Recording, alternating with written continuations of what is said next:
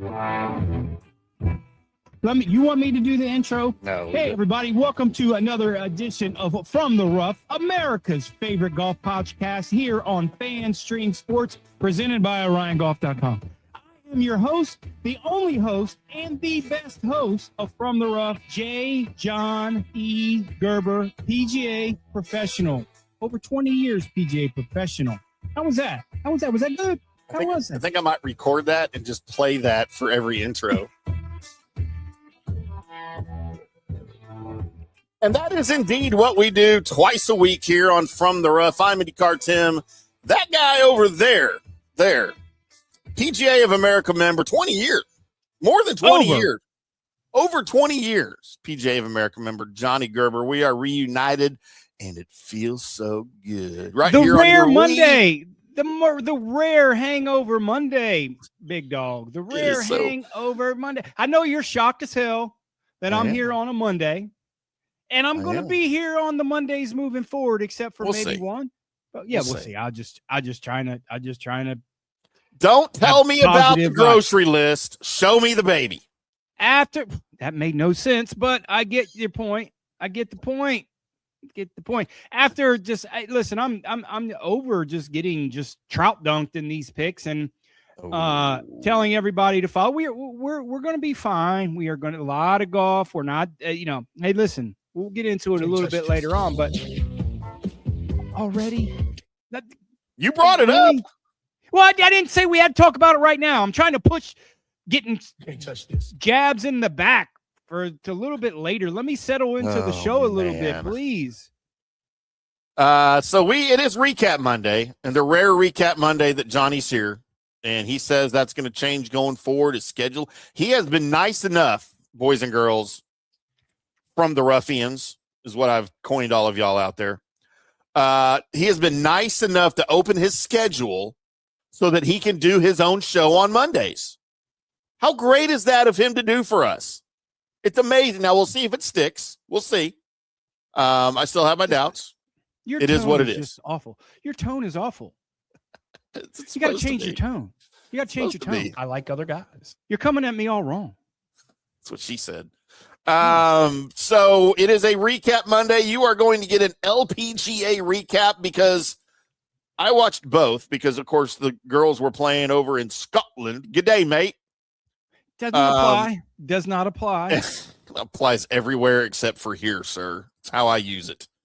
If you're a foreigner from any land anywhere other than Canada, in my brain, that's how you greet each other is good day, mate. It doesn't matter where you're from, even in Nicaragua, if that's even a real place. I have yet to. It is a real place. It is. I've been to Nicaragua. It is a real place. It's actually a pretty nice place, believe it or not. Gross. Yeah. Third world countries. They have like active volcanoes and stuff there, and that's real dogs world. Eating other dogs in the street. Well, you can get that. You can get that in the United States. I don't know what are you talking about. It's a true story. You ever been to Carrollton? I grew up in Carrollton, kind of, sir. What's wrong with Carrollton? I didn't say there was anything wrong with it, but there's nothing wrong with Nicaragua either. I know the part of Carrollton I grew up in, which at the time was North Carrollton, because Josie Lane was a dirt road once you got to Trinity Mills. But yeah, those were the olden days, Johnny. As I'm showing my age, but it is a Recap Monday, and you are going to get some LPGA talk as my girl wins her second tournament 10 years after her first, long overdue, a very much a crowd pleaser win for her. And then we've got, apparently, as our compadre Scott Wetzel said on the Scott Wetzel show today, a guy that no one's ever heard of winning his first PGA Tour event because he's just been out of college for 3 weeks. I think that's what he said. I love you, Scott. We got to get Scott on this show and teach him something about golf a little bit. Yeah, we got to do that. The tutelage we have to get on our boy. I love it. He cracks me up. He can go through some takes and with a straight face that I can't. So I don't know. I love him. I think it's as entertaining as a show as we have on our network and in the country. That's why he has a great following. I love his takes, but his takes crack me up. And I don't know. His golf stuff, man. He cracks They're me head up. scratchers. And, They are head scratchers. They are, and they're almost as poor as yours. Almost. Not quite. Mine are but they're not really. Pride. They're not really poor. They're not really poor. They're his takes, so they're great. I take pride in mine being the worst that you will ever hear. All right, and I work hard to achieve that goal. Just so everybody knows how hard I work on my golf takes. We are going to get to all of that, recap all of that, as well as Johnny's picks and that card that we referenced a little bit ago. We'll do a deep dive in all of those. You can't touch this because there was plenty, and Johnny will own it, and he will explain because I'm sure he has valid reasons for his card being so off this week, and I can't wait to hear it. But before we get to any of that, Johnny, we have some controversy this week at the 3M. And if there's anything I love in sports, it's controversy, especially in golf. Because golf is such the gentleman's sport, right? You self-impose penalties a lot of times. You tell on yourself. You got guys, they should be out there wearing three-piece. Hell, they used to wear ties on the tour with their sweaters, right, when they would play. I think we should get back to that, by the way. That was a great one. No. Yeah, I liked it. With the knickers. Sound like Wetzel. We need some knickers out there. That's what I used to play golf in high school in, with my knickers. Better enunciate that correctly. We're going to get shut down. But so over as I produced the Scott Wetzel show, he did play this golf video, and I was like, I have got to play that today for Johnny because it cracks me up. For those of you that don't know, there is this, it's not really new anymore, but it's somewhat fresh still. It's a green reading system that some of the players use, and it's been called AimPoint. It's very tedious. It takes a lot of time, and there's some golfers that do it, and there's some that don't and absolutely hate it. Jason Day, Shane Lowry have been very outspoken against it. Guys like Colin Moore, Coward, Keegan Bradley, Victor Hovland, Adam Scott have used this in different versions of it, and it's supposed to basically help you read your putt more accurately, right? Lucas Glover has been the absolute loudest critic of this, and we have a video of him. I think this is his birdie putt, maybe on 16. I don't remember when this was. Maybe his birdie on 16. But Johnny, let's take a look at the Lucas Glover video, and you tell me what's unusual about his post putt making, I guess, disrobing here for Lucas. As we try to play it, why do we not have volume, Johnny? Why is it not playing? I literally just played this right before the show. And it says it's playing. All right, I'm going to reload. Hang on, I'm going to reload. I'm going to reload. We're going to play it over here.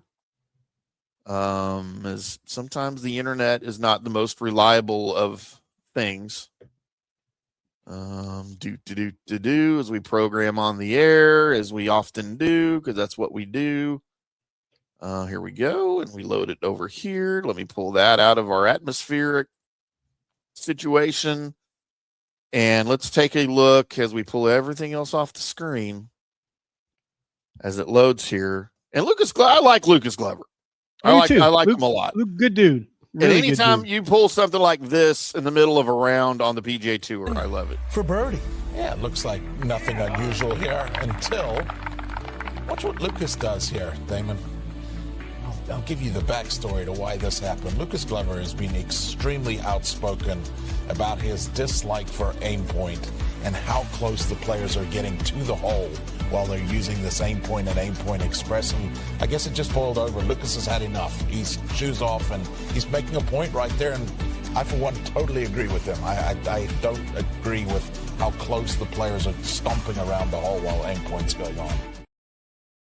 So Lucas Glover, in protest of this, takes his shoes off before retrieving his ball from the hole, because a lot of these guys, as they're walking their line, they get inches from the hole, which means they're stepping in everybody else's line to read their putt. So that's where this has number one, it's a pace of play issue. Number two, there's a golf etiquette issue here. Number one, it takes forever. Number two, you get really close to the hole and you're potentially stepping in everybody else's line.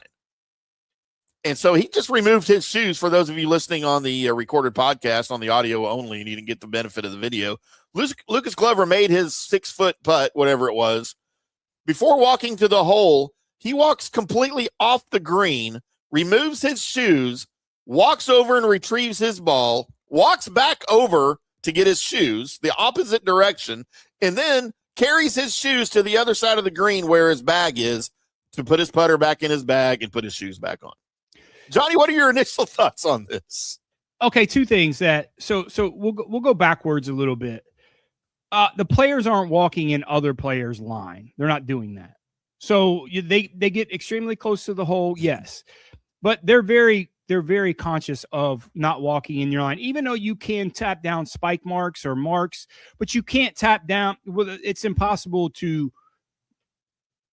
The impressions of your footprints, certainly, especially when it's soft. Now, Lucas Glover is 6'3", 220 pounds, so he's a big guy.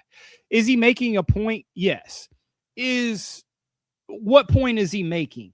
Like, I'm not sure what point is he making, because the players aren't stepping in, unless it's just certain players are just blatantly stepping in another player's line, thinking, oh, well, you can tap it down no matter what. But the players don't step in each other's line. They don't. They're very conscious of not doing that. Now, if they do that, then the players are going to call them out on it, or they use AimPoint, point aim, turd aim, whatever it may be. That's it. So the premise of AimPoint, I know it very well. I don't use it. I'm a little bit old school, but you start to feel the in your feet. Right. That's how they do it. And then they use the finger to decide how much it breaks left or right. Well, it's nothing different than, first off, you go into a putt and you kind of sit over on your feet and decide the general direction of which way it goes. Whether it's left to right, right to left, downhill, uphill. Okay. It doesn't help downhill or uphill aim point. And then when you decide which way the putt breaks, you'll close your whatever your non-dominant eye is, and you'll put a finger up. So you'll see kind of which way how much a general vicinity that putt will break. Now, a finger is however you determine in inches. Every player is a little bit different when it comes to that, but it's no different than a plumb bob that I use to where that. Listen, I can visually see which way, for the most part, which way a putt breaks, but when I get up, that's part of the analyzation of your 45 seconds, and then I'll use the shaft and do the same thing as opposed to fingers with AimPoint. That's what you do. Now, here's the. I've always done the shaft. Like, that's how I learned to read putts, was holding the shaft. That's called plumb bob back in the days. That's what you'll see. And whichever side of the hole you see the cup, that's way it's which way it's going for the most part. Now, there must have been some sort of incident that someone was just pounding around Lucas Glover's area of putt. So I think his playing partner that day was Joel Damon. And that looked like Joel on the green. Yeah. So I don't know because that was my thought too. Like this might be a local protest, with whoever he's playing with, maybe did something. It was my initial thought. And Joel Damon can be a bit of aloof anyways, right? So, but there's no PGA Tour player that's walking in people's lines intentionally. I'm just telling you that doesn't happen. It doesn't. Yeah. Or you're going to get called out on it, or a rules official are going to say it doesn't happen. Now, getting close to the hole, it's a little close to it, but they're not stepping in people's line, even though you can tap it down. So, yeah, I don't know what it is. I thought it was kind of funny. Lucas is kind of fed up. Now, is Lucas kind of fed up because over the past 3 weeks, he's probably played the best golf he's played in a long time and still hasn't won and having those opportunities. So is he fed up with his performance, or just, I don't know. That's something that I wish I was at 3M in Minnesota covering, because I would have asked him that question in the media center or after his round. Why did you do that? So yeah, I don't know. It's did they ask him after the round why he did it? I mean, I didn't see any coverage of this. I didn't either. So, who knows? But I will tell you, they're not walking. The tour players are not walking other tour players' line to read AimPoint. They're not. He was probably pissed that he went 70, 69, 66, 68 and finished 11 under and still tied her at 34th. That's what happens on a golf course. That's what happened. But look, this kind of boils down to the critics of it say that it looks ridiculous, it disrupts other players, and it makes already slow rounds even slower. The people that defend it say that it's effective, it's legal, and banning it would punish the method instead of punishing players who abuse the clock. My take on it, from what I've seen, is I can certainly see the benefits of it. It does look ridiculous, but AimPoint itself is not the villain here. Overall slow play is the villain, all right? If you start putting guys on a clock, on an enforceable clock like they did in Major League Baseball with the pitch clock, by the way, which was always there. It's been there 100 years. It was just never enforced. You put players on an enforceable clock, they can read the green however the hell they want, with their feet, with their fingers, with a freaking Ouija board. I don't care, as long as they hit the putt on time. And I think that solves everything. Both perspectives are correct, and both perspectives could be wrong. Sure. Right. So you're 100% on point of saying that, yeah, the issue is the slow play. So theoretically, when it's your turn to play, you have 45 seconds per shot. What it is, 40. Ryan Fox, he has 8 seconds. That's what I mean. You only need 6. Yeah. I mean, and obviously it's a little bit longer when you're on the green, but you need to be prepped before you putt. I mean, some of these guys, it's utterly ridiculous when it's not so much for the most part with these guys hitting shots, but when they get on the green, they're ridiculous. Yeah. And that's the issue, right? More so than anything else. You have 45 seconds when it's deemed your time to hit a golf shot, whether it's a putt, a driver, doesn't really matter. You're deemed 45 seconds. They're taking way longer than 45 seconds. When you're ready to, when you're playing in a competitive round of golf, all your prep work is done while the other people are playing.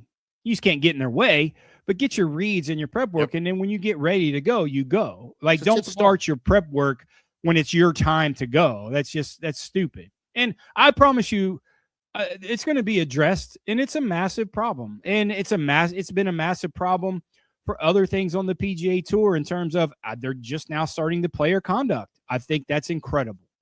Absolutely needed for a long time. And you're going to these guys, when they get assessed shots, same thing in slow play. 45 seconds, man. That's what you get. If it takes you 55 seconds more than 3 times in a round of golf, hey, you get whacked a shot. I mean, it's just what it is. And I promise you, they'll speed it up.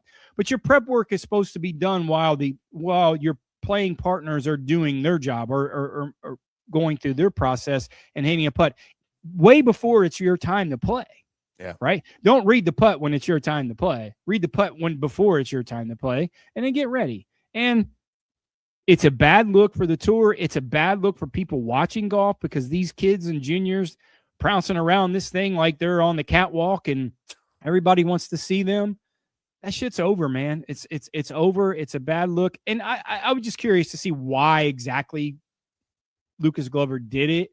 Joel Damon's not a bad guy, right? Yeah. I mean, he's not doing it intentionally, and there's no player on the PGA Tour that's going to walk in people's line intentionally. They just don't do that. But guys like Lucas Glover, slow play, it affects different guys different ways. And somebody like Lucas Glover, I can see him kind of becoming a hothead over it, and doing something, other people would say dumb and ridiculous, and I'd say I applaud it. I thought it was really funny. And I'll go backwards. And I don't know all the backstories with all the players on the PGA Tour on how they get along with each other, but there's probably 40% of the PGA Tour guys that probably don't like each other, right? Yeah. I mean, just different personalities, different quirks. I don't like, when I compete in PGA events, I don't like everybody that I play with. You just don't. You don't even like your co-host on this show. That's why we don't play golf. So, but no, it's just different. People handle things different. And what do you say? Is it up to the player to police themselves? Maybe a little bit, but ultimately it's up to the rules official, because you're trying to stay in your moment to try to get the best out of yourself, and then worrying about other people's scenarios. That should be on the rules official, not so much on the player. Kind of doing it on themselves. Lucas Glover is never going to be tagged for slow play. He does everything fast, right? I mean, his whole life is fast. So, we'll see. I'm just curious to see why he did it, and I haven't heard anything yet. Yeah. Well, let's head over to Scotland while everybody contemplates AimPoint. where Jenny Shin finished at 9 under and conquered 4 days of golf that appeared specifically designed to ruin everybody's weekend. It was similar to what we saw in the men's Scottish Open. Maybe a little chillier, I think. Man, they were all bundled up over there with the ear covers, and I didn't want to say earmuffs, with the ear covers. Dundonald Links. By the way, I didn't realize it was literally next door to Royal Troon. Were you aware of this? Yes. So one of my favorite things to do before a tournament, especially over in Europe, is I'll go get Google Maps, right? And I want to look at the course, and I want to see kind of what's adjacent to it, where the water is, and that's kind of how I get a feel for the course itself. And I'm sitting here looking at Dundonald Links, and just to the south along the coastline, there's Royal Troon. And I'm like, holy crap, why don't they just go play Royal Troon? Well, there's more golf courses there besides that. That's the one you initially recognized. That's what I recognize. Yeah, for sure. There's a lot of golf courses in that area right there. But yeah, wind was an issue here. Obviously bounces on the almost said pavement, but sometimes that turf is pavement.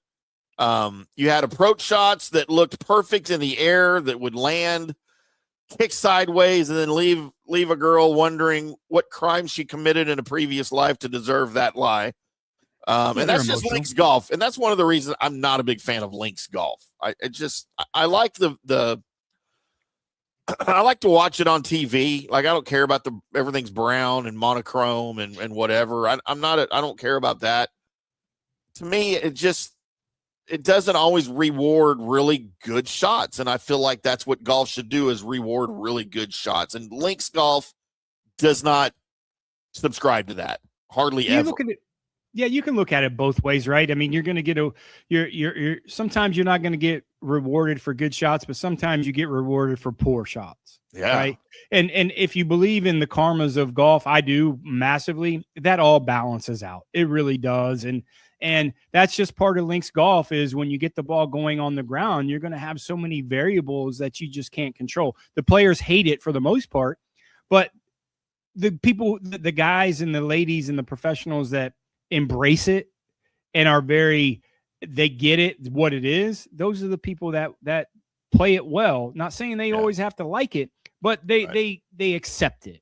And accepting a good shot doesn't always mean a good result. And sometimes you have a poor shot that you're going to get a good result, right? So it all balances out, man. And the patience is always, this time of year when you have all, the seniors, and we're not going to talk about seniors because Jerry Kelly won, and we're not doing this. But buddy, by the way, that's who I was thinking of when I was thinking of John Perry. I was thinking of. Remember, I said, "Man, I'm thinking of somebody that you said you knew one day." Oh. And when I saw Kelly. John Perry, I in my head I was going Jerry Kelly, because you told me about him one time, and that's why I had John Perry on the wheel the other day. If it wasn't Jerry Kelly, that's who I was. Yeah. And I saw that he won. I'm like, man, Johnny's probably having a drink right now. Well, how about that John Perry pick, though? I'm going to give you your props for a guy that you don't know who the hell he is. You picked him. Even though it was on accident. He didn't cash for you, but he certainly made the cut, and he was on your, I was like, how the hell do you know John Perry? That's Steve Perry's brother, by the way. But anyways, yeah. So, yeah, Jenny Shin didn't need some miraculous Sunday. She didn't need a Sunday charge. She didn't need to hole out from the fairway. She didn't need to make 5 straight birdies on the back 9. She'd done all of her damage earlier in the week, and that's, to me, what made this performance for her so impressive. The final round of a tournament for guys or girls can be just emotionally and mentally exhausting. And when you're holding a comfortable lead, especially in links golf, every bogey is bigger. Every missed green creates more doubt in your head. Every leaderboard glance reminds you exactly what's at stake here. You start thinking about the trophy before it's yours, especially for Jenny Shin, who hadn't won in 10 years since her first win in 2016. And that's when you can get tight. That's when you can start beating yourself up mentally and emotionally. That's when you can sort of tighten your swing up a little bit. Maybe you're gripping the club too tight. You start getting nervous.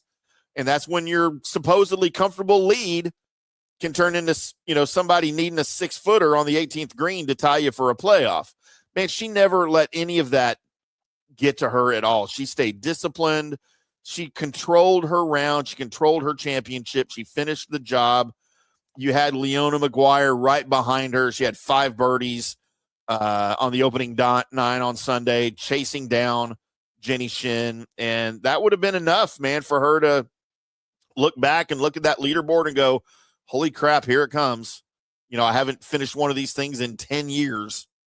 But here she was, man, and she did not blink. And I was very impressed with her performance, with her game, with her play all weekend. I said this on Wednesday. I think I said it on last Monday's show by myself. I'm a big fan of this LPGA, man. I think the competition is amazing. I think a lot of these girls are really, really good. And overall, top to bottom in an LPGA field, they might be better top to bottom than the men on the PGA. They're certainly in the fundamental golf swing wise, they're certainly more fundamental than the men, just because of the physicality of who they are compared to men. But let me go back a little bit and talk about Jenny Shin, and someone that hasn't won in 10 years. And you put the other variables in there, like the weather and cold and playing links golf and the unpredictability of the bounces and things like that. Those are just a couple added things that she had to kind of overcome to do this. Yeah. That part was probably a little bit more impressive to me, and a couple extra variables as opposed to, playing in Florida in November and the weather is perfect and you don't have to deal with other things that might be, darts coming at you. It was impressive, especially when you doubt yourself after 10 years of, am I going to win again? And then you have the weather, and then you have playing links golf and bounces that might not go your way. And, those extra variables, like I said, it's probably the most impressive thing to me. And she wasn't, she was very lucky that she had she had 4 or 5 shot lead going into the last round to maybe have a little bit of cushion, but she didn't go backwards. Nope. Right. She kept to her game plan. She kept her patience. And that's the main thing that you have to do in inclement weather and in a situation like that. But yeah, good for her. I mean, she's good for golf. If you watch her, if you follow her on Twitter, I do follow on Twitter. Mm-hmm. She's a good follow. She's very entertaining. She's easy to look at too. I'm not going to complain. She's done well. And 10 years, that gap of 10 years. So you figure 10 years, probably 200 events. Yeah. Since she's won, you doubt yourself. Can you really do it? I mean, and especially she did, and good for her. And to do it over there at the Scottish Open like that, I'm sure that was just. And they got another week playing in the Ladies British Open this week, and it wouldn't surprise me if she plays well again. Mm-hmm. Yeah, I've always said sometimes the most impressive victory on any tour is the one where everybody spends Sunday waiting for the leader to mess up, and she doesn't. And that's exactly how she took it. So it is what it is. Yeah, we're gonna do some more. I think after in the probably the fall and the winter when you have some events, and maybe in the spring, we're gonna do some on-course reporting for some LPGA events once they get kicked off, because due to the they have a couple events down in Naples, a team event that we'll cover. They'll do something in January before the PGA Tour kicks off. So down in South Florida. So we're going to be on course a little bit more for some LPGA stuff, and I'm all for it. I am all for it. I think it's a thriving product. I think the changes, I think some of the changes that they have done to market and promote their players is fantastic, and I'm looking forward to covering it and getting a little bit more in depth in the LPGA Tour. A quick break before we get into Jackson Koivun's big win at the 3M Open. Before we head there, though, I need to remind everybody, if you're looking for smart, professional golf management solutions that take your course to the next level, head over to our friends at OrionGolf.com, your partner in streamlined operations, improved player experiences, and next-generation golf management. From scheduling and membership services to event coordination and strategic business solutions, Orion Golf helps facilities run smoother and more profitable every day. Orion's team understands what it takes to grow rounds, build loyalty, and elevate your golf brand. Whether you're a course owner, director of golf, or part of a club leadership team, their customized management tools and expert support are built for your success. That's OrionGolf.com, where smart golf management meets real results. Visit OrionGolf.com today. Discover why better golf starts with better management, OrionGolf.com. We're back after this. Hi, golfers. IndyCar Tim here. I want to talk to you a little bit about Golf Central Magazine. It's not just a golf magazine. It's the magazine for everything. Turf, travel, philanthropy, and lifestyle. Head over to golfcentralmag.com and check out the latest issue. Some of the regular features in Golf Central Magazine: the Golf Bachelorette of the Month, the Golf Bachelor of the Month, the Golf Cart Girl of the Month, Golf History, Grip It and Sip It. So head over to golfcentralmag.com. It's free. It's the magazine for everything: turf, travel, philanthropy, and lifestyle. Golf Central Magazine at golfcentralmag.com. We'll see you there. Sports fans, it's time to gear up. Head to fanstreamsports.com and check out our brand new merchandise store. We're talking bold t-shirts, 3/4 zips, hoodies, hats, mugs, and more. Everything you need to rep your favorite shows and your favorite crew. Whether you're rolling with the J.P. Peterson Show in Tampa Bay, From the Rough in Dallas, the Tim May Show featuring Clay Hall, or the Jeff Thidoff Show in Ohio, or any of our FanStream Sports original programming, we've got the perfect look for game day and every day. So don't wait. fanstreamsports.com. Click merch and grab your gear now. Wear the stream, live the stream. fanstreamsports.com. Hey folks, let me tell you about Bay Area Modern Medical Center, a very different kind of approach to primary care. Personalized preventative medicine, not a one-pill-fits-all mentality. Christopher Lugo and his experienced medical staff are proactive in looking at issues before they become a problem, encouraging a healthy lifestyle with proper diet, supplements, and exercise to optimize your active lifestyle. Rather than the impersonal, rushed approach, you will be the only patient and will have our full attention. That's new. Getting old is inevitable, but feeling and looking old is avoidable. Bay Area Modern Medical Centers are experts in anti-aging regenerative medicine that optimizes your body's performance in many areas. So call for an appointment to get started on a journey back to full health and a happy life with a new, modern way of healthcare. Call 844-977-3477 or go to BAMMC.com. That's 844-977-3477 or BAMMC.com. Today's show is brought to you by Tomstown, a premier craft distillery based in Kansas City, Missouri. Discover their award-winning lineup, including double oaked bourbon, botanical gin, and double grain vodka, named the best craft vodka by the readers of USA Today. Available for online delivery in 40 states. Visit toms-town.com or their Kansas City distillery to explore more. Elevate your game with Tomstown, where history meets innovation.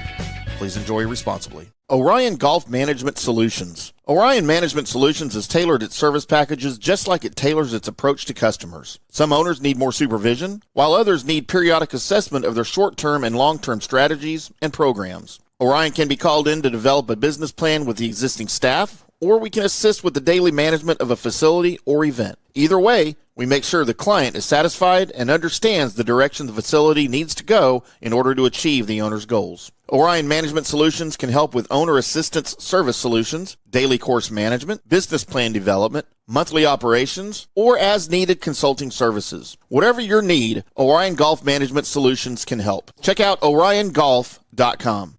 Let's go. Right now, back to the show on FanStream Sports. Welcome back to From the Rough right here on FanStream Sports. I'm IndyCar Tim, that guy right over there, PGA of America member Johnny J. Gerber.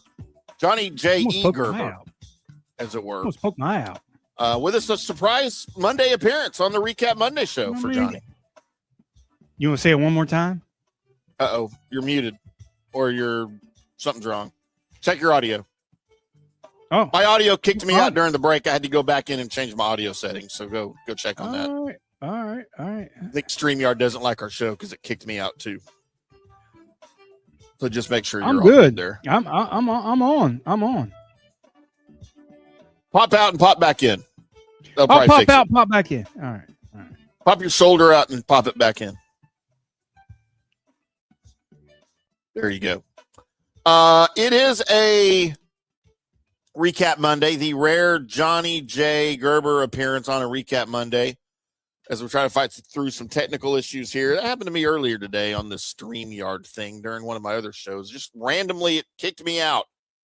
Turned off my mic settings and everything, and I had to try to go back and fix it, and thankfully it was during a break.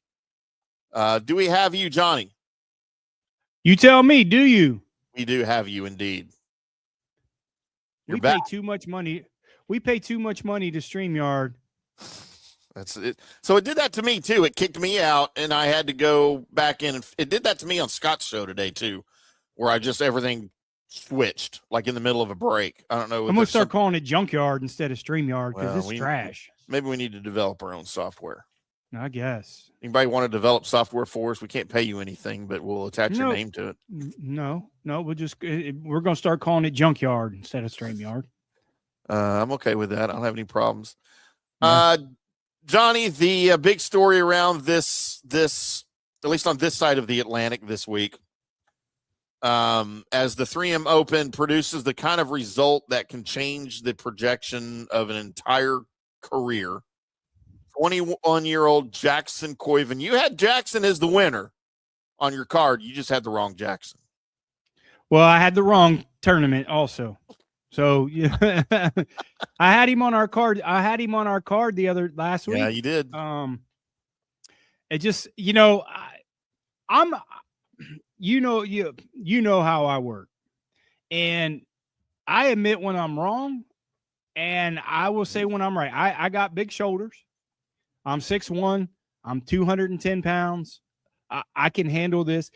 I made a comment, and I'll say this when I was down in Louisville. He's played in 15 events, right? 15 PGA Tour, 16 PGA Tour events as an amateur. Now he's turned pro. He's played in 3 as a professional. And I'm watching him down in ISCO. Super nice kid. He gave me 5 minutes of his time. I thank you. I appreciate it. He was great when it comes to that. But I'm watching him hit golf balls on the range. And as a coach and things, I look at things a little bit different. And he hits the flattest golf ball I've ever seen. When I say flat, like trajectory is so much lower than anybody on that. The guys are hitting it. Launch angles. I don't want to get into the coaching part of it and things like that, but it's as low as I've ever seen in terms of a PGA Tour player. Like he lived in West Texas his whole life, and he just hits bullets. And I said, man, I don't see it in terms of he's going to have to get a golf course that's going to play extremely soft, because when you have firm greens on a golf course, he's not going to be able to hold them. So limited is probably the wrong word. And I'm eating my words. Now I'm telling you, I was completely wrong. But you had a very soft golf course this week, and hey, how you doing? I was wrong. I was wrong a lot this week on my card, and I'm going to say just what it is. So did I say he's going to be a bust? No, I just didn't think he was going to win this fast, but certainly was a nice enough young man to give me some time in ISCO, and I appreciate that. That doesn't mean my take was going to be different. I'm not going to fluff him up, but he just, you don't see a lot of guys that hits that ball flight as flat as he does anymore on the PGA Tour. You just don't. These guys are launching it so high up in the air to take advantage of, the firm conditions mostly on the PGA Tour. But it boded well for him because it got windy this week, and his flat ball flight certainly helped him. So he's not changing what he's doing, nor should he change what he does. I just made a comment. It's like, he hits the flattest ball that I've seen in a long time on the PGA Tour. Yeah. Good for him. Just an observation. And he had made just 2 professional starts before arriving at TPC Twin Cities.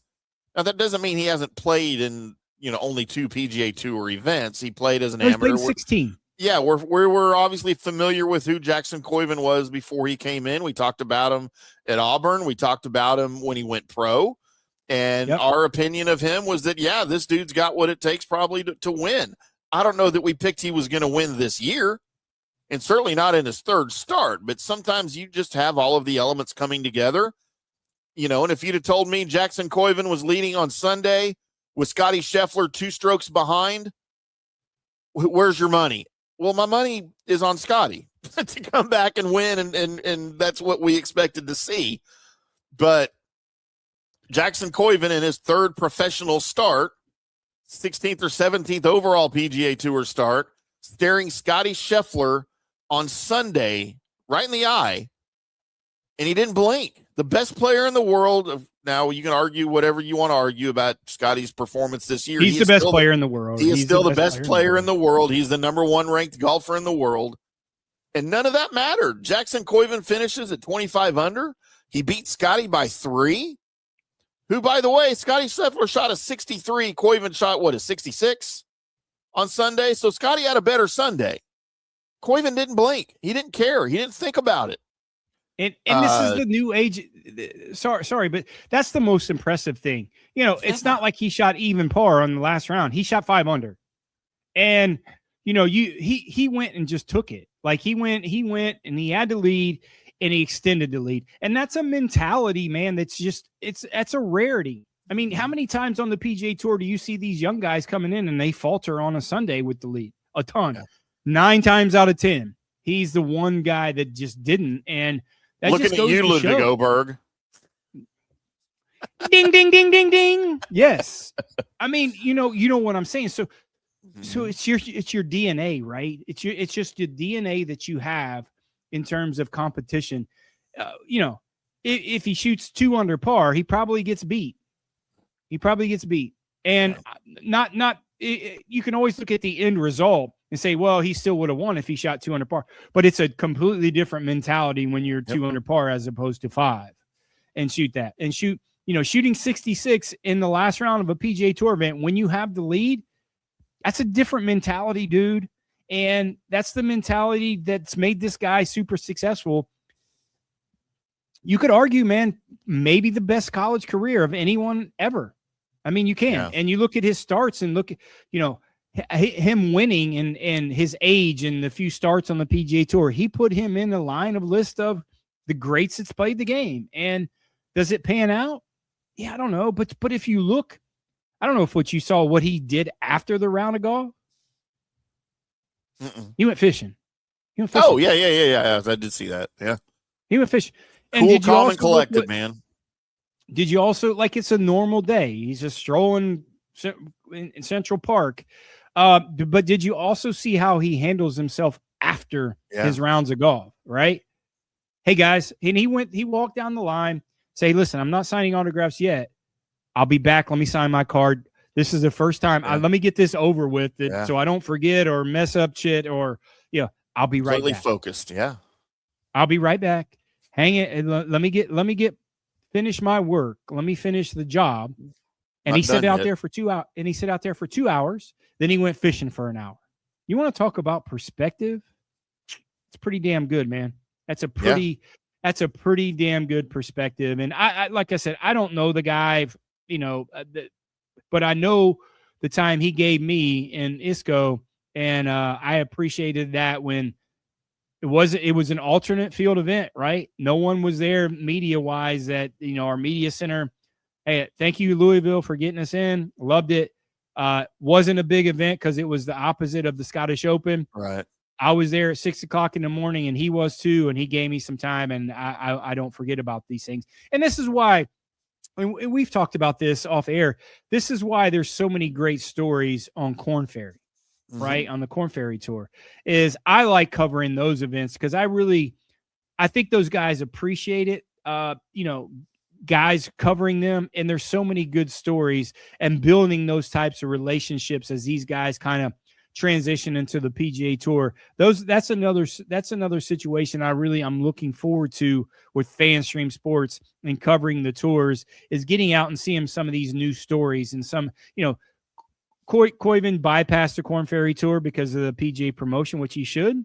And it shows that he did it, but there's so many great stories out there with guys like that and building those types of relationships. I'm looking forward to 2027 from the rough, FanStream Sports, covering some of these great stories like Jackson Koivun that you might not hear. And people wouldn't say, okay, what do you mean about a flat ball flight? Well, you don't see those things unless you're there.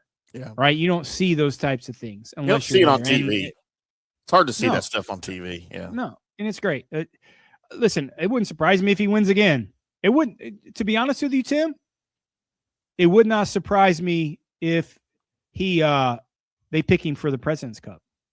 See, that came up on the show on JP's show today. Somebody commented that, and I shot him down pretty quick, saying I don't think he has the experience for a President's Cup.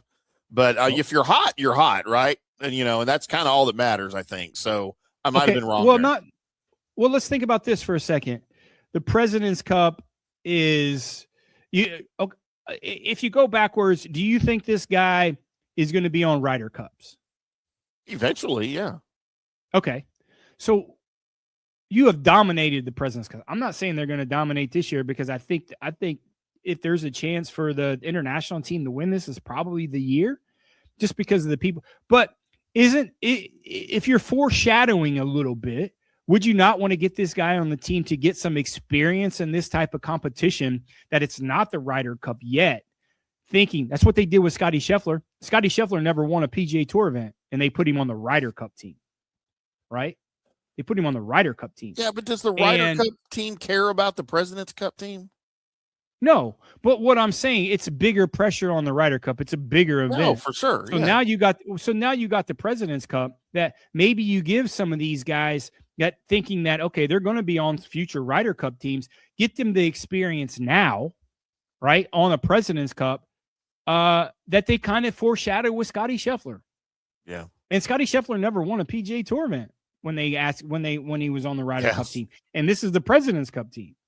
So I'm not saying it's a lesser event, but the stats and everything else will tell you it is a lesser event. What do you do? I mean, Chris Gotterup's certainly going to be on this team. Chris Gotterup's going to be on the Ryder Cup team. Yeah. Jackson Koivun, do you foreshadow? I mean, that's just certainly, and ultimately the players are going that's on this team are going to vote on who the kind of the extra guys that they want on this team. Man, I think it's a pretty. I don't think it's nearly as a bold of a move of what you would think from the captain Brent Snedeker, to put him on the team, to prep him for situations like this for next year's Ryder Cup team. If you certainly feel that this guy is going to be a stalwart on the Ryder Cup team for years to come, would you rather pick him or Jordan Spieth? Oh, right now there's no question. It ain't Jordan Spieth. So you understand what I'm saying? I mean, it wouldn't shock me. It would not shock me if he did that. And like I said, that's what they did with Scottie Scheffler. And now look where he's at right now. So what kind of career trajectory do you see out of Koivun maybe over the next couple of years? Do you see a Scottie Scheffler type run? We kind of thought we were going to see that out of Ludwig Oberg too. And I don't know if injuries derailed him, or if confidence is gone, because he's in contention from time to time. He's just not, he hasn't had the immediate success that we saw out of him and he won pretty early. I know that it was his third start, but he won pretty early. Is Koivun, is he a Ludwig Oberg or is he a Scottie Scheffler? Man, I don't know. You're asking me. I can't answer that question yet, right? I can't, and I don't know how to answer it. I need more of a sample size, right? In terms of a sample size of this is your job, not just, hey man, I'm playing as an amateur, but I'm making $2 million at Auburn, and if I play shitty on the PGA Tour, I'm not making money anyways. But now this is your job. How do you transition from, hey, hobby's the wrong way to say it, but as a part-time player, but now as a full-time player on the PGA Tour, and this is your job. So I don't know. I don't know. I don't know him well enough. I think if I'm honest, I think it's in the middle. And here's why I say the trajectory of Scottie Scheffler and what he's done over the past 2 or 3 years, you can't keep that up. And I don't think there's anybody. There's the only person that's ever been in that run is Tiger, that Scottie Scheffler has been on over the last 3 or 4 years. You can't sustain that. And I don't think Koivun's in that category. But I certainly think he's not in the Ludwig Oberg category either, of super high expectations. And he hasn't lived up these expectations, whether they're too high, whether they're too high from us. Because he certainly has the talent, and you just don't know with injuries, right? Yeah. Listen, I mean, I'm going to be honest with you. The kid's 22 years old. He's a good-looking dude. There's temptations. Where are the priorities? Team around him. I don't know. And he's the only one going to tell you that. Yeah. So we're not, or he might not tell you. I don't know. Yeah, I don't know. I don't think that. Here's where I say, and I don't think he can dominate golf courses the way Scottie does, because the skill set. And like I said, we'll see, but this is certainly a start. I'm just telling you, It wouldn't be. It's not going to surprise me if he wins again, and it's not going to surprise me if he's on the President's Cup. Nope, right there with you. Johnny, let's get into, as we wrap things up here on your Recap Monday with Johnny making a surprise appearance on his own show. Why do you keep doing? You say it one more time. As Johnny will go over his picks here from the week, and we'll see exactly what went right, what went wrong, Johnny, as I counted, what was it, 5 missed cuts off of your card this week? I can't remember exactly what it was that I counted. Well, thanks for everybody tuning in. I appreciate it. Thank you. Can't touch this. Can't touch this. Certainly all 3 of your winners missed the cut, as you had the wrong Jackson. Gary Woodland finished top 10, I believe. Your ham sandwich. Yeah. Ben James was a big MC Hammer, I think, if I recall correctly.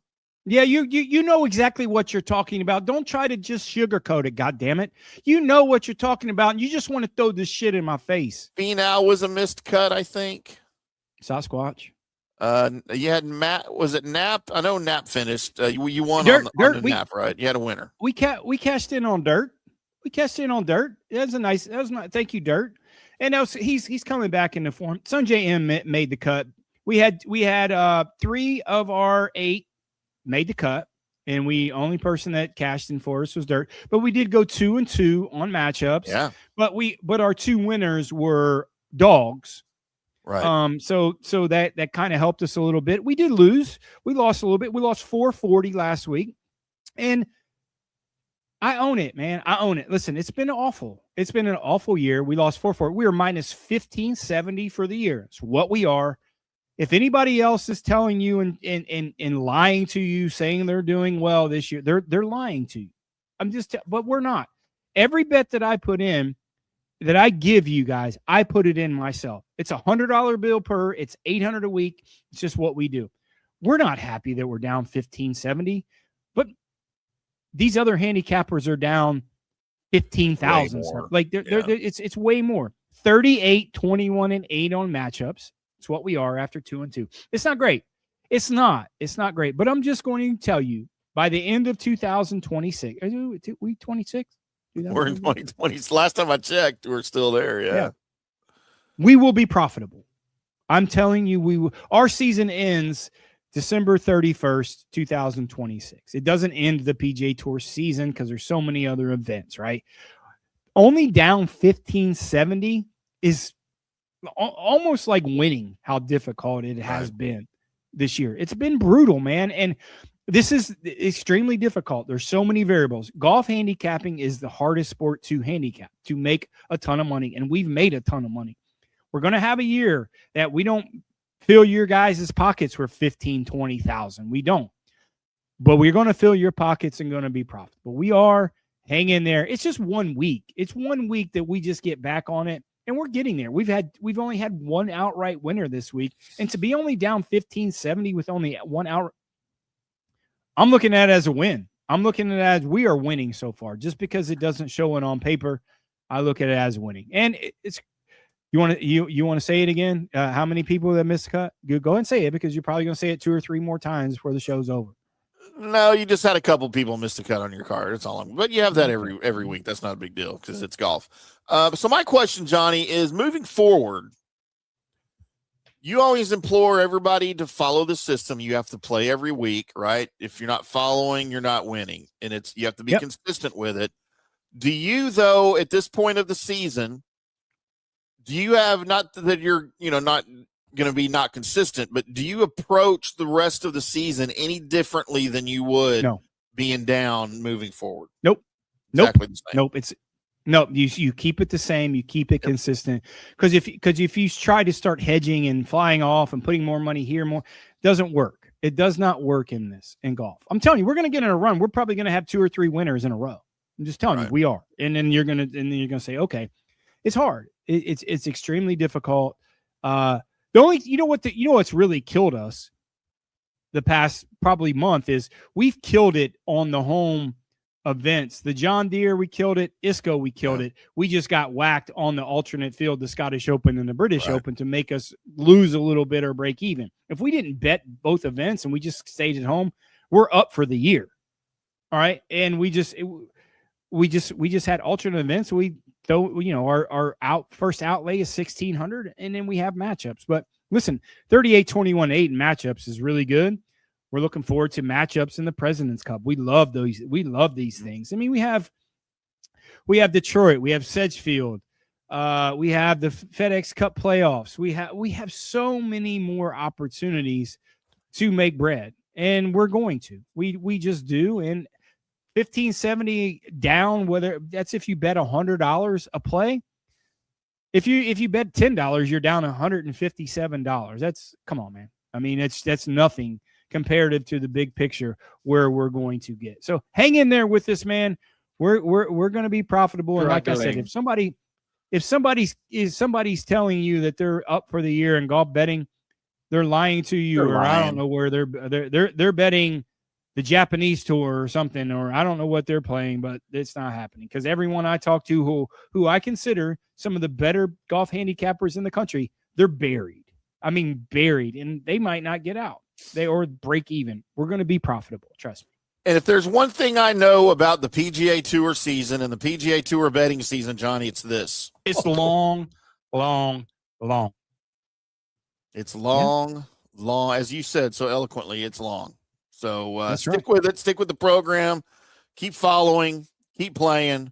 Johnny will get you back in the black, make you some money here next week, as we will be back on Wednesday to preview your Rocket Classic from Detroit Golf Club up in Detroit, Michigan, as Aldrich Potgeider will defend him. I don't know, is he still playing golf? He might be driving trucks now. Well, if you say his name improper, probably he's not going to talk to us. But Potgeider, yeah, probably not going to win ever again. Geider, he will defend his championship up there with a $10 million purse. Johnny, good Lord, thank you, Live Golf. Those will continue to go up. Yeah, I said it. It is what it is. But we'll be back on Wednesday, 5 o'clock Central, both me and Johnny on your preview show for the Rocket Classic. And then Johnny will have his picks, of course, and we'll probably have some LPGA talk. And if there's anything we can do to I guess, expedite the demise of Live Golf, I'll go find some information about how bad it is right now, as you've got Live Golf players out there even admitting that they're uncertain if they'll play next week. They don't need our help. They don't need our help. It's going down like it's doing it itself, and I'm here for like it. the Titanic. Yeah, they don't need our help. It's going down. Rose and what's the dude that fell? Jack. Rose and Jack. They're going down like Rose and Jack. Well, Rose didn't die. Jack died. So let's just say she went down, though. She went down. She looked old. She probably went down. Probably went down lots of times before they actually got in the water. That's all I'm saying. They showed. We will be back on Wednesday with more fun and frivolity and more golf talk with me, IndyCar Tim, and his show. It's his show. He'll be here for it. J. John E. Gerber, PGA of America member, more than 20-year plus member of PGA of America member. I got to go get ready for the Junior PGA Championship, Johnny, that's going to be played right over here across the street from me. What is it, this week, next week? I can't remember when it is. I better figure that out, because I'm going to go over there some week. Take in all of that stuff happening over there. We'll be back on Wednesday, boys and girls. Until then, y'all keep hitting them straight.